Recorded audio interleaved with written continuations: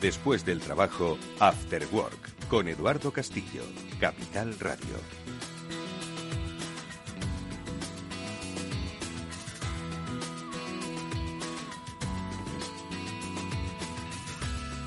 ¿Qué tal, amigos? Buenas tardes, bienvenidos un día más a este After Work, a este Ciber After Work, que es el programa de la ciberseguridad de Capital Radio, que vuelve una semana más para hablar sobre el entorno de nuestro tiempo, un entorno de seguridad que debemos ser conscientes de que nos afecta a todos los que de alguna forma estamos conectados con algo en este mundo. Y lo estamos desde que abrimos un teléfono móvil para sencillamente hablar con nuestra familia, lo estamos cuando trabajamos en un entorno empresarial y nos envían un documento de Word.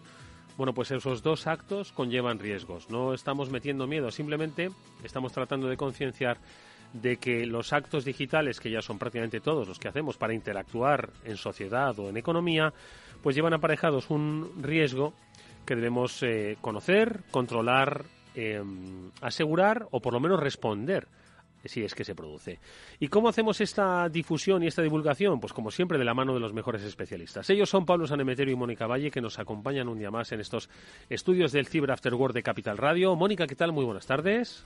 Muy buenas tardes, Eduardo. Buenas tardes, Pablo, y a todos los oyentes. Como siempre, un lunes más y, como bien dices, para analizar la realidad, que no son pocas las noticias. Bueno, lo vemos cada lunes, pero es que cada semana más y más. Y esto es lo que se sabe, que esto es la punta del iceberg, como se suele decir. Esto es lo que se ve, exactamente. Lo que no se ve, madre mía. Estar informados es una de las principales actuaciones que debemos hacer en el ámbito de la ciberseguridad. Pablo Sanemeterio, buenas tardes. Buenas tardes, Eduardo. Buenas tardes, Mónica. Pues la verdad es que me está recordando un CISO que decía que básicamente su trabajo al principio de la mañana era leer y volver a leer todas las cosas que venían ido pasando, posibles noticias, posibles nuevos ataques, vulnerabilidades que le pudieran afectar, para poner en guardia todas las medidas de defensa y proteger sus activos digitales, que es lo que de lo que va la ciberseguridad, de proteger los activos digitales. Bueno, pues se lo vamos a preguntar a un CISO, porque hoy es invitado Rubén Fernández, es el CISO de DIA, compañía de distribución de alimentación.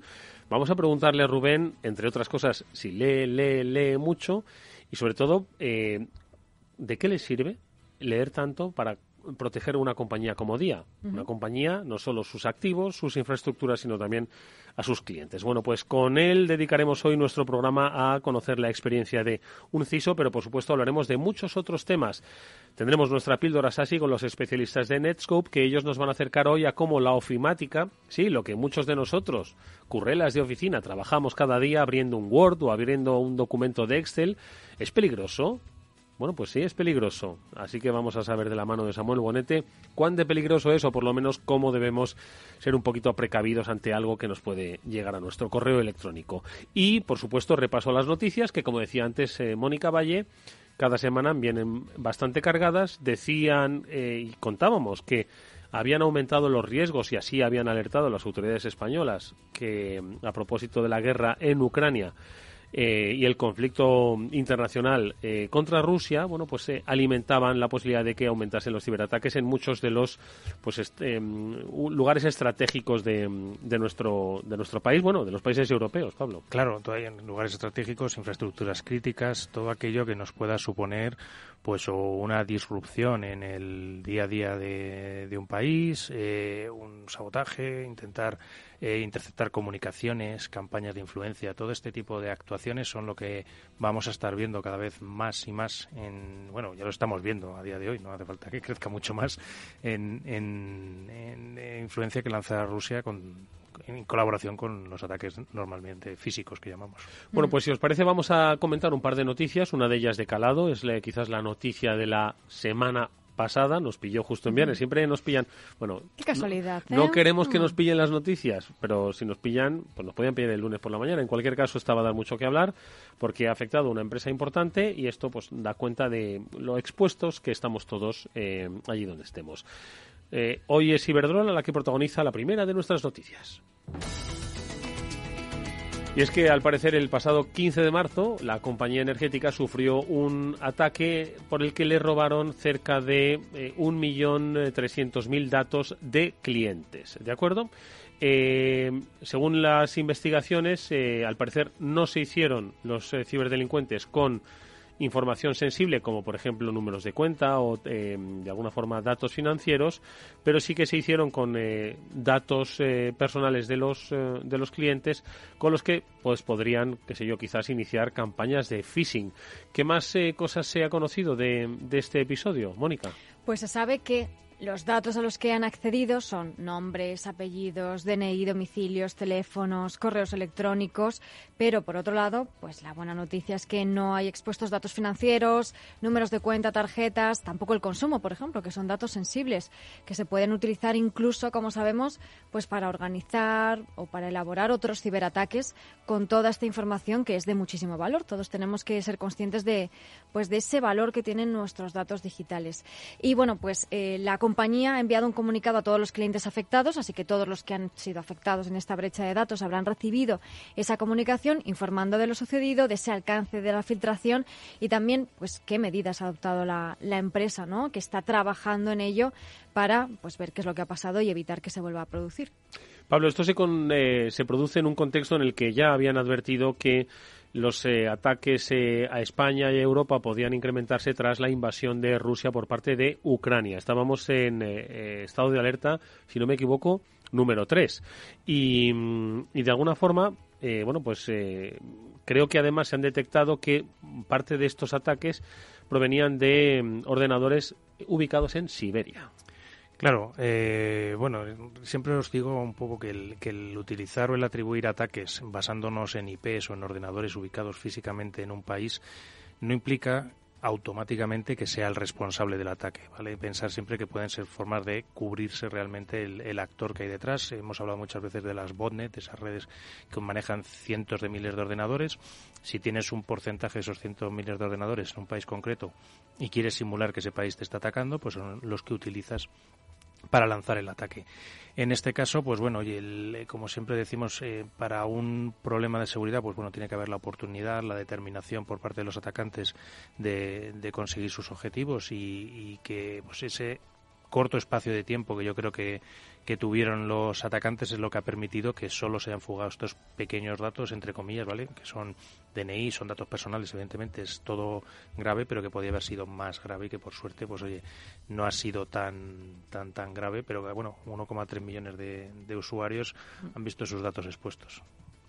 Esta es la noticia de la semana. Le ha pasado a Iberdrola, que además entendemos es una multinacional que tiene y además nos consta, una compleja estrategia de ciberseguridad, pero que al final tienen que ir permanentemente vigilando, monitorizando y controlando. Insistimos que nadie, por muy compleja que sea tu estructura de ciberseguridad, está libre al 100% de sufrir un ciberataque. Más cosas, las relativas, las partes técnicas. A ver, vuelve a aparecer en nuestra sección de noticias la vulnerabilidad Spring4Shell, ¿no?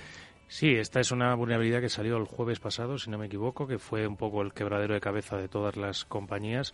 Y bueno, pues tiene un impacto bastante fuerte. Sabes que siempre hablamos un poco de ponerles un código, un valor de 0 a 10, como si fueran los exámenes, le pones un 10 y fuera la mejor nota, pues esta es 9,8 de gravedad, está bastante bien y te permite tomar control remoto de sistemas o de servicios que utilicen Spring, ¿vale? En concreto versiones inferiores a la 5.3.18 o la 5.2.20. ¿Vale? En general, bueno, se publicó un exploit por parte de una persona que rápidamente lo que hizo es que la comunidad lo tomara, que también lo ha retirado, pero bueno, que lo que ha quedado un poco es que manipulando determinados valores de algunas clases consigues tomar el control o consigues que esa máquina que tiene esta vulnerabilidad ejecute el código que tú quieras. Uh-huh. Spring, bueno, esto lo explicará mejor Pablo, pero es un sistema, ¿no? Un software, un framework para desarrollar aplicaciones, para un contenedor, ¿no? Por así decirlo, de aplicaciones. Para aplicaciones Java, para aplicaciones web, tradicionalmente va teniendo sus añitos, pero tradicionalmente... Sí, bueno, pero al final es muy usado. Exacto. Y es similar, lo estábamos comentando antes de comenzar, a Log4j, que fue una vulnerabilidad que también ha dado mucho quebradero de cabeza. Y esta, pues, de nuevo, ¿no? Permite provoca que haya que parchear, que haya que estar muy pendiente y que muchas empresas tengan que dedicar muchísimas horas, los CISOs, como el que nos va a acompañar hoy, puesto él y todo su equipo dedicando muchas horas extra a parchear esta vulnerabilidad que, bueno, para que no se ponga un problema. Bueno, última noticia, y es que estamos en la campaña de declaración de la renta. Y como sabéis, cuando a alguien le llega un correo electrónico de la agencia tributaria, normalmente se le bloquea el cerebro y luego empieza a pensar realmente si... Empieza a respirar. A respirar, ¿no? Bueno, pues ojo, porque esto lo saben los ciberdelincuentes, y es que la Guardia Civil está alertando de un email, entendemos un phishing, que se hace pasar por la agencia tributaria más en estas fechas de obligaciones fiscales, y que al final, bueno, pues lo que están haciendo es meter un malware en tu ordenador con la apariencia falsa de la agencia tributaria. Sí, bueno, los malos siempre aprovechan los momentos más oportunos. Son casos, pues también ha habido con la Seguridad Social, el decirte que tienes trabajadores que no están dados de alta en la Seguridad Social, o que te van a poner una multa, o que no has pagado una serie de impuestos.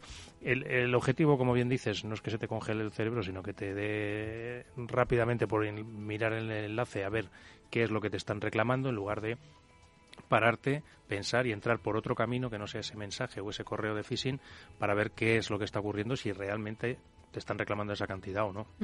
Eso es. Y aquí el problema, lo que debemos tener en cuenta es que hoy es este correo, con unas características concretas o determinadas que está entrando a través del email.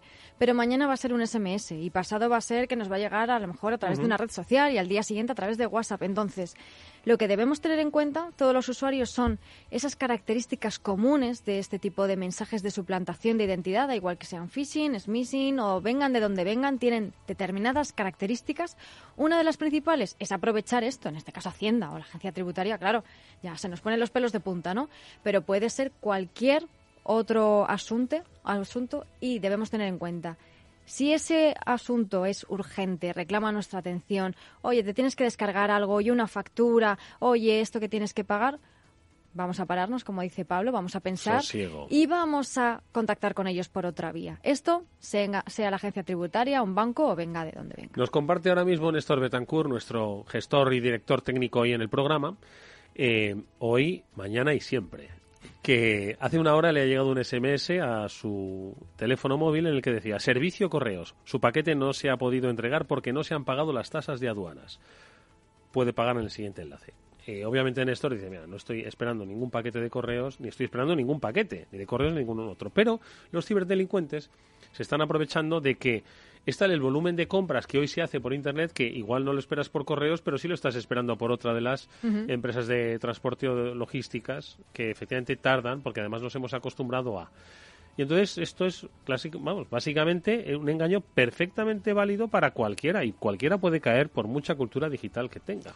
Porque estamos esperando ese paquete, aunque sí, no te sea hacen correos. dudar, hacen dudar, efectivamente. Así que hay que tener la guardia alta siempre. Vamos, y ahora, y lo que nos va a contar nuestro amigo Samuel Bonet es que tenemos que tener la guardia alta incluso con los documentos de Word, que parecían inofensivos, más bien eran hasta molestos, porque eso significaba que teníamos que trabajar más. Bueno, pues ojo, porque en nuestra píldora SASI hoy vamos a ver con la ofimática, que tampoco está libre de pecado en este caso.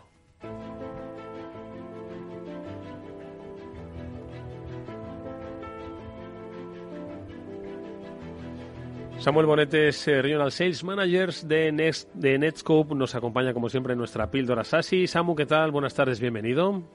Pues genial, oye, muchísimas gracias por recibirme un día más, equipo de Capital Radio, After Work, y muchas gracias a los oyentes por escucharnos un día más. Oye, gracias a ti, sobre todo, para aumentar nuestra cultura de ciberseguridad, porque es cierto que hay aspectos de ingeniería social, como el que acabamos de comentar, con respecto a pues esos SMS o esos correos electrónicos, ¿no?, de la agencia tributaria, que nos paralizan, no nos dejan pensar. Pero hoy vamos a ampliar este terreno a algo donde creíamos que había ciertos aspectos inofensivos, ¿no?, como puede ser pues los ficheros ofimáticos, que son pues básicamente los que trabajan, Samu, me atrevo a decir, vamos, el 99% de las empresas pymes, que aunque no estén extremadamente digitalizadas, pero un documento de Word o un documento de Excel, pues sí que suelen trabajar, y aún así hay riesgos en los mismos, ¿no?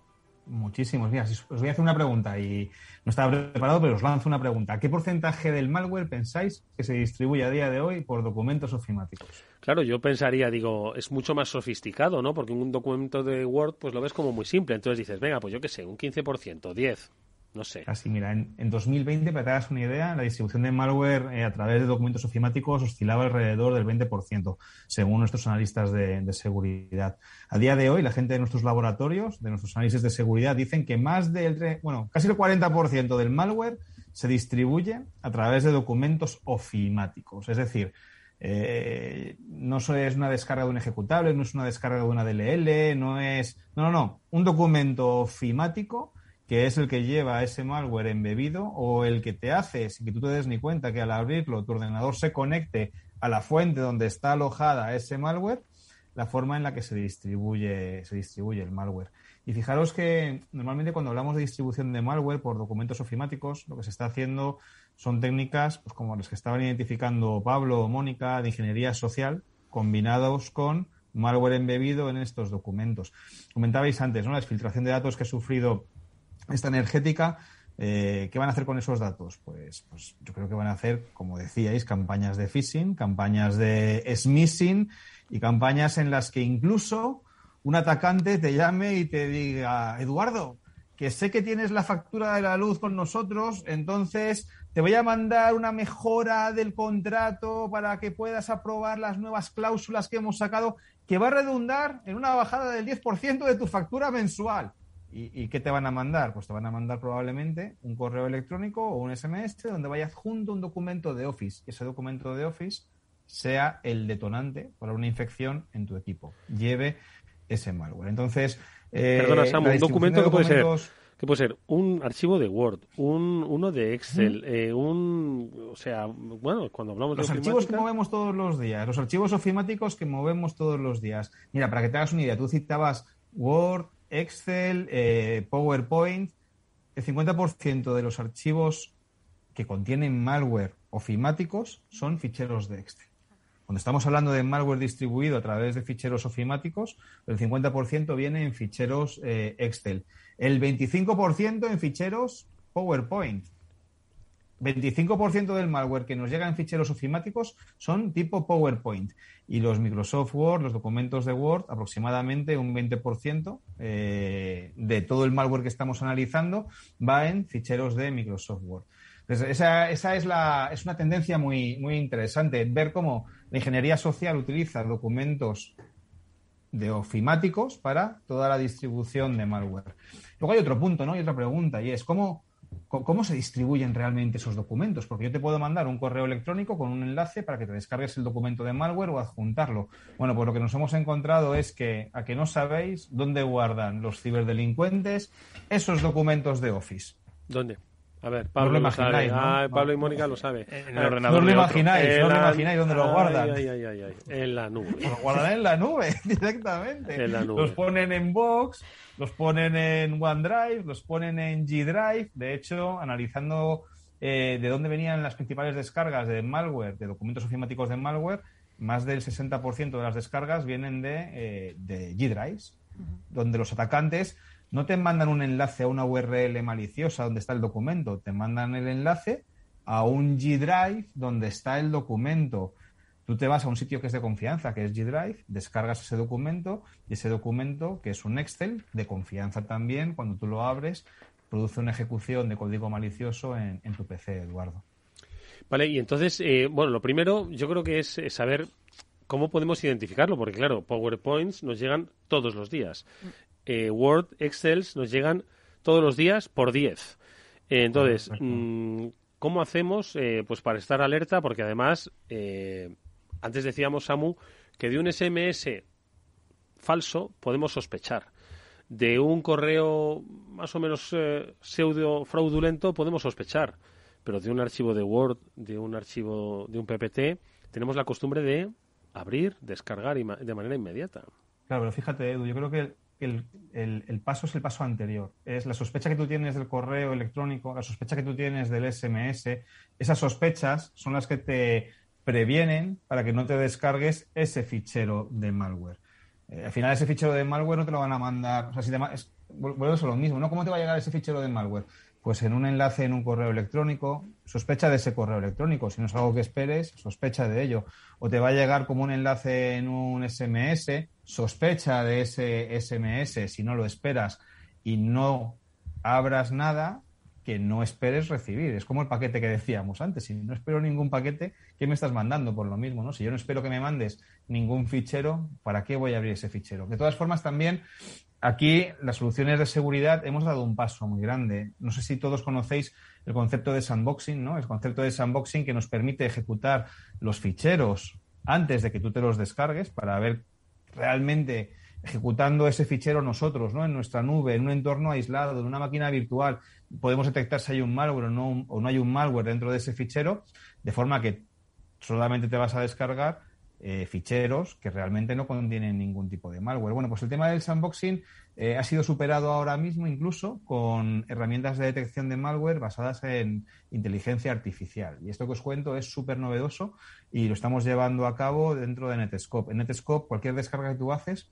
identificamos si ese fichero que te estás descargando es un documento ofimático. Si es un documento ofimático, lo pasamos a través de un motor de inteligencia artificial que hemos educado con muchas muestras de malware albergadas en documentos ofimáticos. Bueno, pues el motor que tenemos ahora mismo, la inteligencia que tenemos desarrollada es capaz de detectar malware en el 99,98% de las muestras que hemos pasado. O sea, ahora mismo se nos escapa solamente un 0,02% de malware a través del motor de inteligencia artificial que tenemos. Y eso es genial, ¿no? Porque sin que tú te descargues o antes de que tú te vayas a descargar ningún tipo de fichero, podemos hacer ese bloqueo directamente en la nube.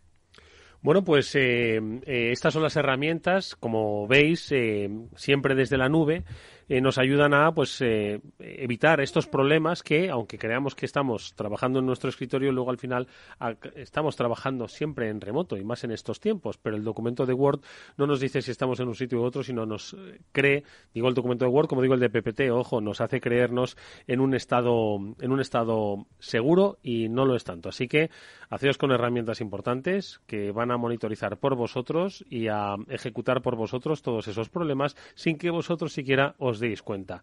Es más, abrir el documento de Word tardaba mucho en vuestro ordenador. Bueno, pues va a seguir tardando igual. Esto no, ¿verdad, Samu? Esto no les va a retrasar la apertura del documento. En absoluto. Y con la ventaja, además, Eduardo, que me da igual dónde esté el usuario. Me da igual que el usuario esté en la oficina, que esté en su casa, que se conecte desde cualquier lado, que tú ya sabes que con una solución como la nuestra, todo el tráfico del usuario va a pasar por un punto de control, que es la nube de Netscope, y ese punto de control va a aplicar las medidas de seguridad. Y como tú bien decías, ese punto de control ni añade latencias, ni añade complejidades, sino que protege al usuario con independencia de dónde está, sin impactar al rendimiento. Bueno, pues ahí está la solución. Como siempre, nos la ha dado nuestro buen amigo, gran conocedor de la materia, Samuel Bonete, que es Regional Sales Manager de Netscope. Gracias, Samu, como siempre, es un placer escucharte. Gracias a vosotros. Y no olvidéis, el futuro de la seguridad está en la nube. Allí está, luego. Nos encontramos allí. Un consejo, si inviertes en bolsa esto te va a interesar. XTB tiene la mejor tarifa para comprar y vender acciones y ETFs, 0 comisiones hasta 100.000 euros de nominal. Si inviertes en bolsa o quieres empezar, más sencillo e imposible. Entras en xtb.es, abres una cuenta online y en menos de 15 minutos compras y vendes acciones con 0 comisiones. Además, la atención al cliente es en castellano y está disponible las 24 horas del día. ¿A qué estás esperando? Ya son más de 450.000 clientes los que están confiando en xtb.es. Riesgo 6 de 6. Este número es indicativo del riesgo del producto, siendo 1 indicativo del menor riesgo y 6 del mayor riesgo. After Work, con Eduardo Castillo. ¿Qué es ir más allá? Con Arval podrás llegar donde te propongas de la forma más sostenible y asegurar un mundo mejor, contribuyendo a la seguridad en carretera, al futuro de las ciudades y a la calidad de vida. Ser responsable sin tener miedo al liderar el cambio. Arval, la transición energética arranca aquí. Más información en arval.es. Finanbest, ganadores del premio del diario Expansión a la cartera de fondos de inversión más rentable en 2021 en categoría conservadora. Finanbest, 5 estrellas Morningstar para nuestro plan de renta fija mixta. Finanbest, gestor automatizado líder en rentabilidad por tercer año consecutivo. Finanbest, tú ganas. Eduardo Castillo en Capital Radio. After Work.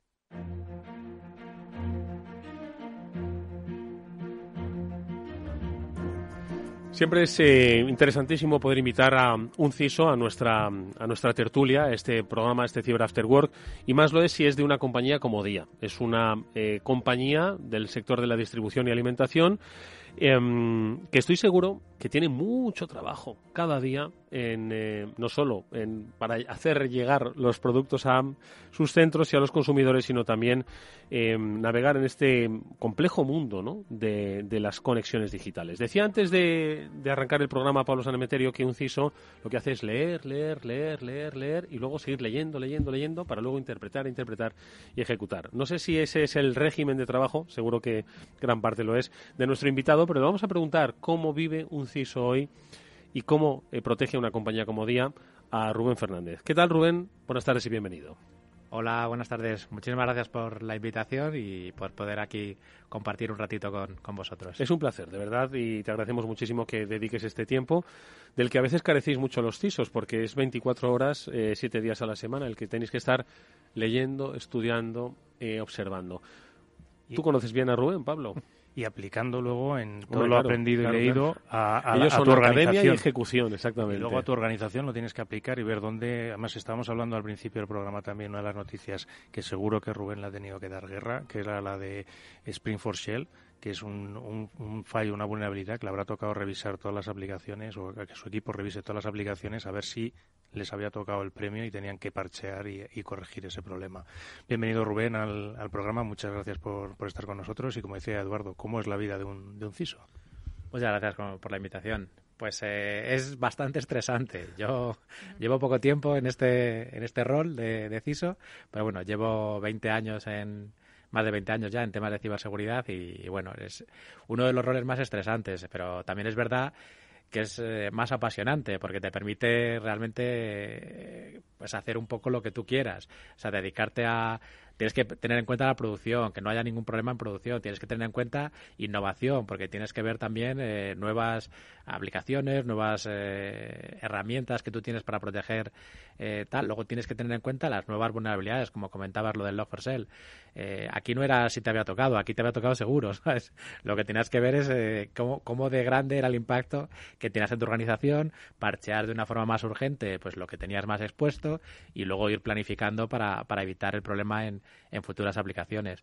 Pero bueno, sí que es muy exigente por eso, porque tienes que estar al día de todo, pendiente de todo lo que tienes en producción, pendiente de todo lo nuevo que vamos a sacar, etcétera, etcétera, y siempre tratar de darle seguridad a todo esto. Oye, si me permite, Mónica, voy a hacerte una pregunta. ¿Qué vas a decir? Vaya preguntas que me hacen en este programa, pero mira, imagínate que tienes la oportunidad de escribir un libro de esos amarillos que hay, que son los de las guías, libros empresariales, For ¿no? Dummies. Exactamente. Pero lo vamos a llamar Pasos para ser el mejor CISO, y lo escribe Rubén Fernández. ¿Cuál sería ese índice? ¿Cuáles son los pasos que, en tu opinión, son los necesarios para que un buen CISO asegure la compañía para la que está trabajando? ¿Cuál sería el primer paso? Hombre, yo creo que el primer paso es formarte, es decir, tienes que tener una formación, una base que luego te permita pues ir evolucionando en las áreas que te va requiriendo tema de CISO. Luego yo no creo que sea necesario ser muy técnico para ser CISO. A ver, si eres CISO de una compañía pequeñita, pues sí que requiere que al final, porque vas a estar solo, entonces tienes que ser tanto la parte técnica como la parte más de GRC, compliance, etcétera. Pero yo creo que los CISOs, según cuanto más grande es la organización, menos skills técnicos requiere. Y luego yo creo que lo que es muy importante es entender tu negocio. Es decir, no tu negocio como CISO, sino tu negocio de la empresa para la que estás trabajando. Porque al final tú tienes recursos bastante limitados normalmente y tienes que saber dónde dedicarlos. Y lógicamente tienes que intentar dedicarlos a aquellas áreas o aquellas funciones en las que puedas aportar mayor valor a tu empresa. Y eso solo lo consigues si conoces tu empresa, evidentemente. Y luego yo creo que para llegar a ser CISO al final hace falta una trayectoria. Es decir, tienes que ir adquiriendo skills a medida que vas pues enfrentándote a problemas en tu día a día para que en el día de mañana, cuando ya tienes determinada experiencia, pues puedas aplicar ese conocimiento previo que has adquirido en tu día a día de tu organización. Compro el libro. Además, Rubén, yo también lo compro y lo quiero leer. Un rol, como decías, bueno, tiene que tener la parte de gestión, la parte técnica. Tienes que hablar 2 idiomas. Bueno, como mínimo. Pero 2, la parte técnica, la parte de gestión. ¿Cómo ha cambiado? Porque eso yo creo que es desde el principio, pero sí que ¿cómo ha cambiado el rol del CISO durante los últimos años? ¿Qué ha cambiado? Sobre todo con el tema de la pandemia, me consta que me contáis que cada vez más relevancia y afortunadamente también. Sí, bueno, el CISO, el primer punto de donde parte el CISO es el responsable del CPD, porque ni siquiera había un responsable de seguridad, es el que evolucionó a ser el primer CISO, digamos, y esa era una persona totalmente técnica. Y es verdad que a día de hoy cada vez te encuentras el CISO más cerca del negocio. Incluso hay empresas que tienen 2 CISOs, un CISO más de la parte técnica y otro CISO para la función de pues acudir al board, hablar con la gente del más alto nivel de tu empresa y transmitir un poco las necesidades de seguridad que tenga tu organización. Yo, como tú dices, creo que es una buena función, o sea, una buena labor esta evolución, porque nos permite estar donde más valor podemos aportar, que es ahí en el COMEX, en la junta directiva, etcétera, etcétera, donde tú puedes practicar lo que nosotros llamamos seguridad desde el diseño. Es decir, lo bueno que tiene este modelo es que tú puedes aplicar estos controles de seguridad en la fase de diseño, cuando realmente no te cuesta nada aplicarlos. Sin embargo, si tú construyes algo sin tener en cuenta la seguridad y luego lo tienes que poner en producción, pues muchas veces somos un problema. Y por eso se nos veía anteriormente como stoppers en algunos casos. Claro, un problema y suma más presupuesto, que como decías, al final esos recursos que son limitados, uno de ellos es el presupuesto, que seguro que Pablo, Edu, te preguntan por él, cómo hacer que esa junta directiva, como decías, no entienda que hay que invertir en ciberseguridad y cada vez más. Mira, sumo un poquito la pregunta. ¿Cómo alinear a la junta directiva, ya no solo a proveerte de mayor inversión, sino de entender los riesgos a los que se enfrenta una compañía de distribución y alimentación, como es DIA en este caso? Sí, yo en ese sentido yo soy un CISO pues raro a lo mejor, porque yo cada vez tengo menos presupuesto, pero estoy contento de tener cada vez menos presupuesto porque es que me estoy quitando toda la producción.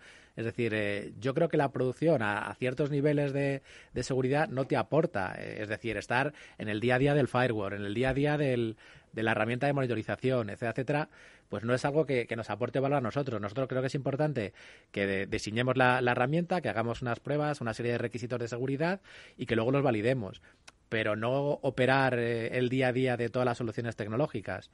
Entonces, en este sentido, pues ¿cómo se maneja eso? Pues yo creo que, por lo menos en mi caso, tenemos suerte, porque cada vez se nos ve más como que estamos aportando valor, que estamos evitando ciertos problemas de seguridad, y ahí sí que se ve claro un retorno de inversión para las empresas, porque al final los comités es, dime el retorno de inversión de si yo hago un nuevo...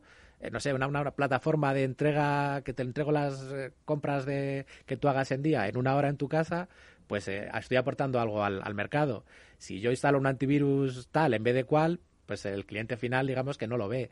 Pero yo creo que internamente sí que tenemos hemos ganado eso, de que la gente ya ve esa percepción de ese valor añadido que tú aportas, sí que son conscientes de que estamos añadiendo valor a lo que es la marca DIA y a lo que es nuestro negocio, vamos. ¿Y por dónde se empieza en una compañía tan grande como DIA a identificar? Yo siempre suelo hablar de las distintas áreas del CISO, que entiendo que la primera es identificar qué es lo que tienes que proteger, porque es uno de los pasos básicos. ¿Cómo se empieza en esa tarea de identificación de activos o de puntos a proteger? Hombre, pues yo creo que más o menos te viene impuesto. Es decir, nosotros tenemos una serie de activos críticos para la compañía sin tener en cuenta seguridad, y lo que tú tienes que tratar es de establecer las medidas de seguridad acorde a la criticidad que la empresa te ha marcado para los activos. Si el e-commerce es lo más importante para ti, pues tendrás que asegurarte pues que tengas un firewall de aplicación, que tengas sistemas de continuidad en caso de que tal, pues tengamos una opción tal. Y luego pues lógicamente hay ciertos componentes intrínsecos que todas las empresas tenemos, pues un firewall, un servidor de correo, etcétera, etcétera, que eso al final pues todos estamos sujetos a eso, y cada vez van cobrando más importancia, porque a día de hoy el correo electrónico de las empresas pues es clave, aunque normalmente en los vías no suele salir que el correo electrónico sea una de las cosas más importantes. Suele salir pues tu área de provisioning o tu área de reaprovisionamiento, o sea, de logística o tal, pero al final el correo, si se nos para, muchas veces nos quedamos todos mirándonos unos a otros como diciendo, ¿y ahora qué hacemos? Oye, para nuestros oyentes, ¿qué es un BIAS? Que igual les ha pillado un poquito a... Sí, perdón, que a veces no te me meto preocupes. aquí en mi jerga técnica. El BIA es el Business Impact Analysis, que eso es en cualquier compañía, pues lo que se hace es establecer, pero te digo, desde el punto de vista de negocio, no de seguridad, cuáles son los activos críticos para tu compañía, cuáles son aquellos que los que pues necesitas sí o sí que estén disponibles, cuáles son aquellos que puedes estar una hora sin tener ese activo y no te impacta en tu organización, o cuáles son aquellos que incluso puedes estar un día o 8 horas o incluso semanas sin disponer de ese activo y no te supone un impacto porque tienes otras vías alternativas de poder cubrir esa funcionalidad. Bueno. No, iba a preguntarle que imagino o no que habrá diferencias en cuanto a las principales amenazas respecto a otras compañías, ¿no? En vuestro caso, precisamente por esas características concretas que nos estabas contando, logística, pues mucho personal trabajando en tienda, ¿no? Estábamos hablando antes del phishing, de que ahora vienen los amigos de Hacienda, entonces ahora viene la agencia tributaria, otro tipo de suplantaciones de identidad que también os afectarán seguro. Pero ¿cuáles serían las principales? Sí, yo creo que hay dos diferencias fundamentales. Una es la tipología de datos que tú trabajas, es decir, pues en un banco tienes información financiera, en una empresa de, no sé, energía, pues a lo mejor tienes la fórmula en las que haces tal o cual. En nuestro caso tenemos dos vectores un poco de entrada, que por un lado es la parte financiera que todas las empresas tenemos, y luego nosotros tenemos un club de fidelización donde hay una fuente muy grande para poder captar información de nuestros usuarios. Es decir, no es robar información a día, sino es usar la imagen de día para robar información al cliente final. La pregunta que yo te quería hacer, Rubén, es ¿cómo alineas? Porque al final Día es una compañía que tiene pues, miles de empleados.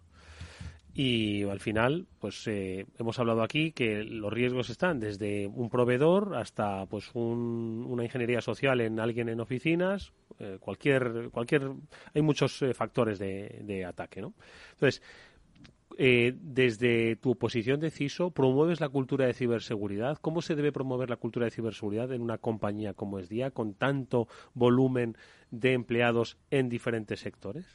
Sí, nosotros tenemos 42.000 empleados. La última revisión que hemos hecho salía más o menos eso entre los 4 países en los que trabajamos. Y son muy variopintos. Como comentabais antes también, pues tenemos cajeros, tenemos reponedores y luego tenemos gente de IT también, que está más en lo que es la parte más informática. Entonces yo creo que lo importante es intentar llegar con esa cultura de seguridad a todos los vectores de tu organización. Es decir, tienes que fomentar la seguridad en el cajero, tienes que fomentar la seguridad en el administrador del correo electrónico, tienes que fomentar la seguridad en el director de la parte financiera. Entonces, la forma de entrar a cada uno de estos roles es diferente, obviamente. Entonces, tienes que ser capaz de adaptarte y de promover la ciberseguridad y la cultura de seguridad en diferentes ámbitos, mediante correos electrónicos, mediante cartelería en las tiendas, mediante, pues no sé, cursos de todo tipo, correos electrónicos que puedan llegar a la gente. Entonces, tienes que ser ágil y ser flexible a la hora de establecer muchas vías de llegar a tu usuario y a tu trabajador, a las dos cosas, porque nosotros también tratamos de fomentar la cultura de seguridad en el usuario final. Es decir, te llega gente, pues eso, lo que comentabas, de una suplantación de identidad. Oye, mira, que me han escrito de Día que tal cual. No, pues no hemos sido nosotros. Asegúrate que cuando yo te escribo sea yo y no haya un enlace malicioso, etcétera, etcétera. Y yo creo que una de las funciones clave que hemos hablado antes de hablar con el board y demás es la estrategia de seguridad. ¿Cómo consigues encajar todas esas piezas que tienes junto con una visión estratégica de seguridad que entiendo que puedes tener a 3-5 años? Sí, es un poco lo que comentaba al principio. Nosotros lo que tratamos es de, conociendo la estrategia de la empresa, ver dónde puede aportar más la seguridad, pero siempre alineándonos con esa estrategia empresarial. Es decir, a mí no se me ocurre establecer muchas medidas de seguridad con el e-commerce cuando a lo mejor imagínate que la empresa ha decidido discontinuar el e-commerce dentro de 2 años. Pues hay que ser un poco consecuente y hay que alinearse siempre con esa estrategia. Y luego, dependiendo de cuáles sean los proyectos estrella, digamos, de la compañía para los próximos 3 años, pues intentar, si queremos hacer una migración al cloud de mayoritaria o de la mayoría de nuestros sistemas, pues lógicamente tendremos que acompañar con sistemas de control de seguridad en los elementos en cloud, de migrar o monitorizar todo eso que vamos subiendo, que se haga de una forma coherente, que se haga de una forma con buenas prácticas de seguridad, etcétera, etcétera.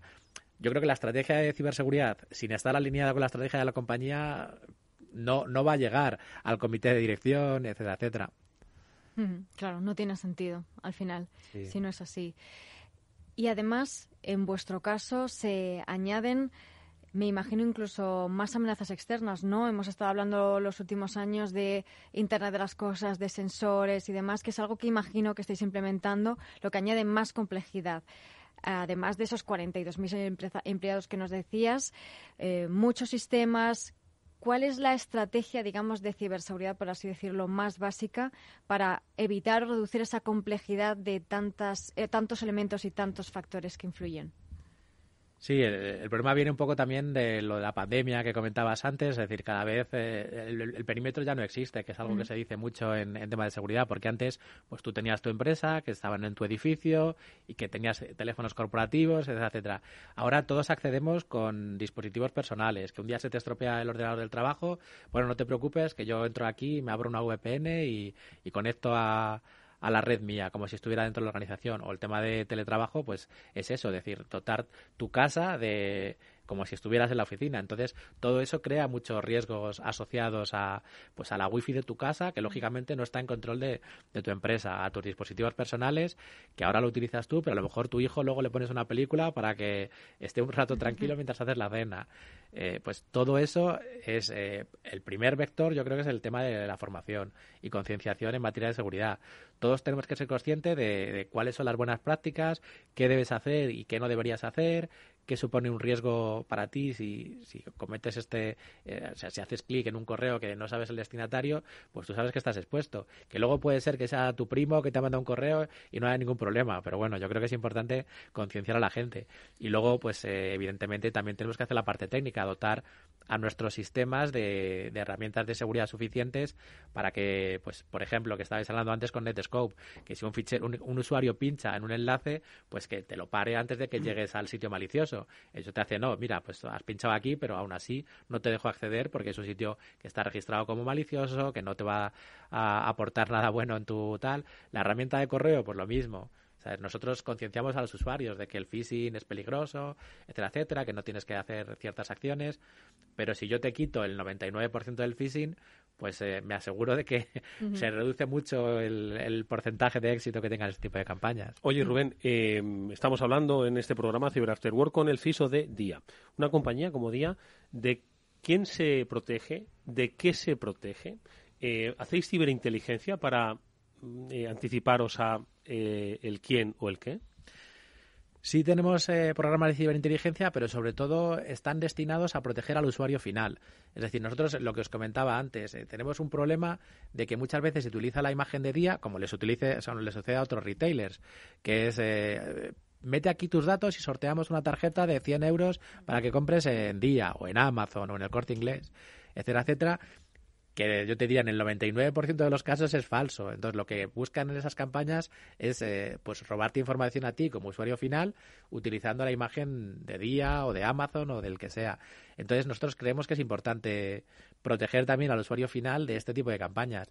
Y luego nosotros sí que tenemos ciertos servicios también de vigilancia digital, que le llamamos, para ver un poco eso, es decir, qué se oye en las redes de nosotros y ver un poco eso, si tenemos que hacer alguna acción, si tenemos que protegernos, o si se va a lanzar una campaña de suplantación de identidad contra el sector retail, etcétera, etcétera. Y luego también tenemos nuestras microcomunidades del sector, donde pues estamos ahí varios CISOs de otras compañías análogas a la mía, en la cual, pues oye, mira, me ha pasado esto, tener cuidado si veis algún tipo de tal, o compárteme la dirección para que yo la pueda bloquear en el caso de que llegue algo, etcétera.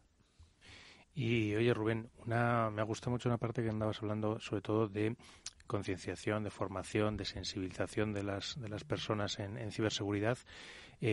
¿Crees que sería necesario que en los programas educativos de los jóvenes, en los que se están formando en bachillerato, en ESO, en primaria, les fueran enseñando temas de ciberseguridad o les fueran inculcando un poquito esta necesidad? Y si lo crees así, ¿a partir de qué edad crees que es una edad razonable para empezar a proponerlo?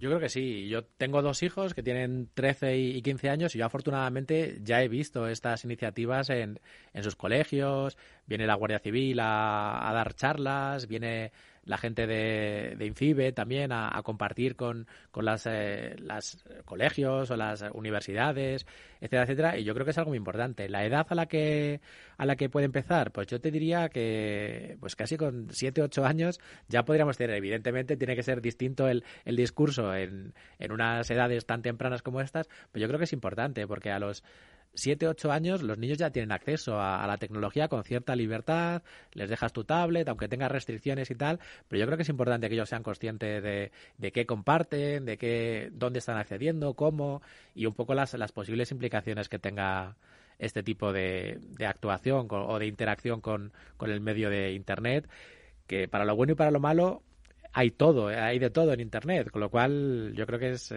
bueno que les demos las herramientas suficientes para que luego ellos sepan manejarse con cierto criterio.